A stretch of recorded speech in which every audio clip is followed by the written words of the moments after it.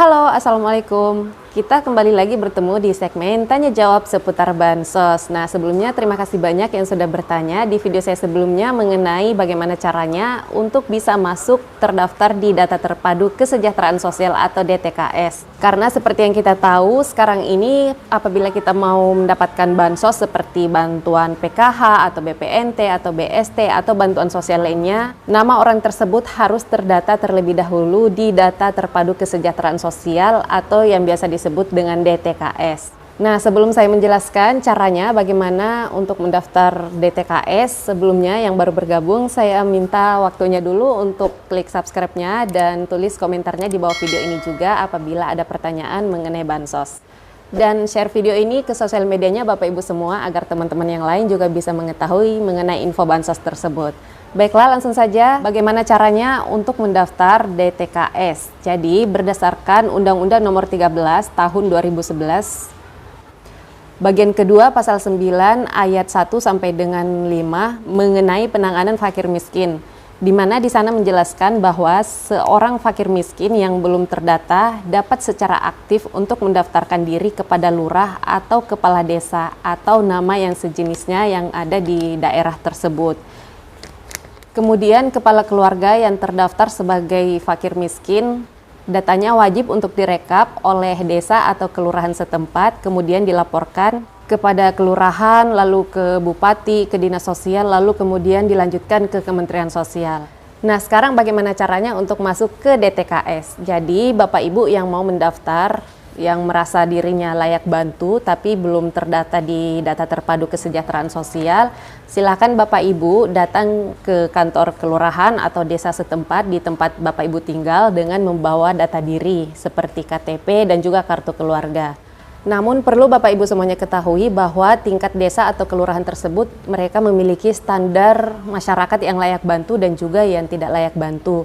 Jadi setelah datanya Bapak Ibu masuk, mereka akan melakukan musyawarah desa dulu atau musyawarah kelurahan. Setelah datanya semuanya disetujui oleh pihak desa dan kelurahan tersebut, barulah kemudian datanya akan dikirim ke pihak kecamatan, baru kemudian diserahkan ke dinas sosial, lalu ke bupati, lalu lanjut ke Kementerian Sosial agar datanya dapat diolah. Nah, setelah Bapak Ibu semuanya masuk datanya ke Kemensos dan sudah disetujui di DTKS, barulah kemudian Kementerian Sosial akan menentukan bahwa Bapak Ibu ini akan diberikan bantuan sosial seperti apa. Contoh misalnya bantuan program Keluarga Harapan atau bantuan BST atau bantuan BPNT dan bantuan-bantuan lainnya.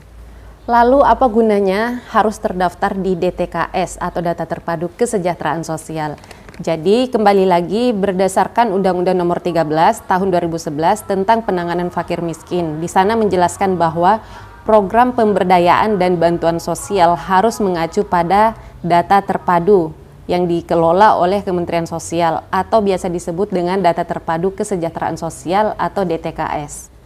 Nah, jika sudah terdaftar di DTKS, maka akan bisa diusulkan untuk mendapatkan program bantuan sosial yang dari pemerintah pusat maupun pemerintah daerah.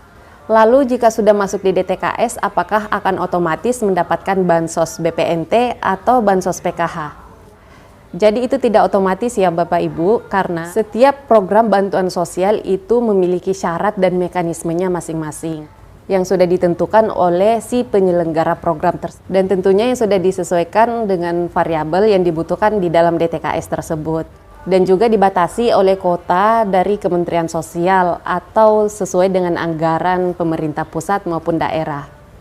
Kemudian prosesnya berapa lama? Jadi untuk prosesnya ini perlu Bapak Ibu ketahui juga bahwa ini yang data yang masuk mendaftar sebagai DTKS itu bukan hanya 1 atau 2 orang, tapi ada banyak banget setiap kali ada penambahan. Apabila Bapak Ibu datanya sudah masuk di DTKS tapi belum mendapatkan Bansos juga, pada saat dicek di DTKS ternyata datanya sudah masuk, namanya sudah terdaftar tapi Bansosnya belum juga turun, itu artinya Bapak Ibu masih berada di data daftar tunggu penerima Bansos karena masih banyaknya penerima Bansos yang masih aktif sehingga Bapak Ibu belum menjadi peserta tambahan untuk menerima Bansos juga. Jadi tunggu dulu sesuai dengan adanya kuota, kemudian sesuai juga dengan anggaran pusat, barulah kemudian mengeluarkan nama-nama peserta baru untuk program tambahan.